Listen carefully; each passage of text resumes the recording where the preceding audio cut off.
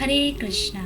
तो आज हम कामदा एकादशी के महात्म के बारे में जानेंगे। वरा पुराण में भगवान श्री कृष्ण और महाराज युधिष्ठिर के संवाद में कामदा एकादशी का महात्म बताया गया है। महाराज युधिष्ठिर श्री कृष्ण को कहने लगे, हे यदुवर, कृपया मेरा प्रणाम स्वीकार करें। चैत्र मास के शुक्ल पक्ष की एकादशी का वर्णन करें।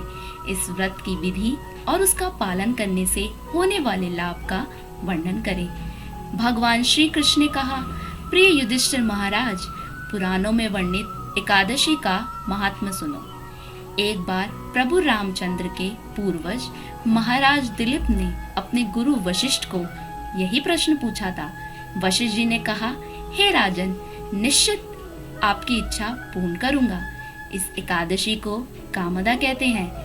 इस व्रत के पालन से सभी पाप जलकर भस्म हो जाते हैं और व्रत का पालन करने वाले को पुत्र प्राप्ति होती है। बहुत वर्ष पहले रत्नापुर राज्य में पुंडरीक राजा अपनी प्रजा गंधर्व और किन्नर के साथ रहते थे। उसी राज्य में अप्सरा ललिता अपने गंधर्व पति ललित के साथ रहती थी।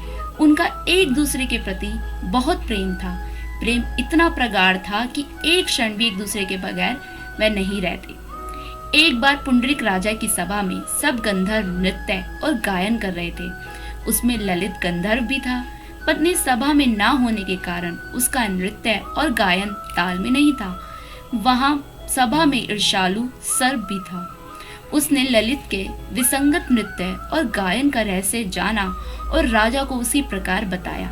राजा बहुत क्रोधित हुए। उन्होंने ललित को श्राप दिया, हे पापात्मा, अपने स्त्री पति काम शक्ति के कारण तुमने नृत्य सभा में विसंगति निर्माण की है, इसलिए मैं तुम्हें नर भक्षक बनने का श्राप देता हूँ। पुंडरीक से श्राप मिलते ही ललित को भयंकर नर भक्षक राक्षस का रूप मिला। अपने पति का भयानक रूप देखकर ललिता को बहुत दुख हुआ। फिर भी सभी मर्यादाएं छोड़कर वे अपने पति के साथ वन में रहने लगी। वन में भ्रमण करते हुए विंध्य पर्वत के शिखर पर पवित्र श्रृंगी ऋषि का आश्रम ललिता ने देखा और तुरंत आश्रम में जाकर ऋषि के सामने उसने प्रणाम किया। उसे देखकर श्रृंगी ऋषि ने पूछा, तुम कौन हो? तुम्हारे पिता कौन हैं? तुम यहाँ किस कारण से आई हो?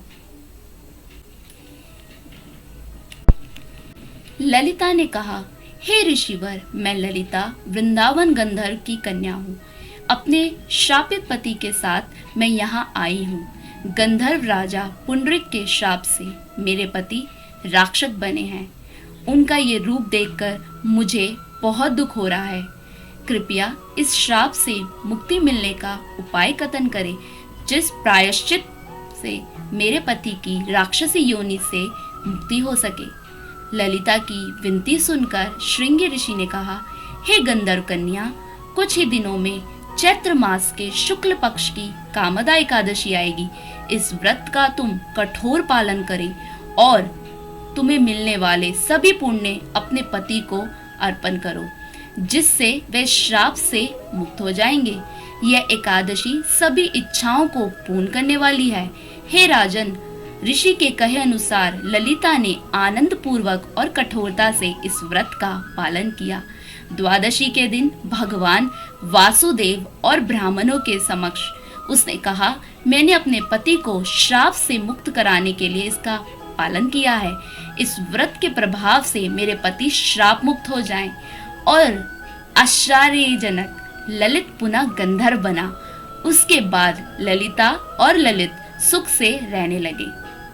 भगवान श्री कृष्ण ने कहा, हे युधिष्ठिर महाराज, हे राजेश्वर, जो कोई भी इस अद्भुत कथा का श्रवण करेगा वह ब्रह्म हत्या के पातक से और आसुरी श्राप से मुक्त हो जाएगा।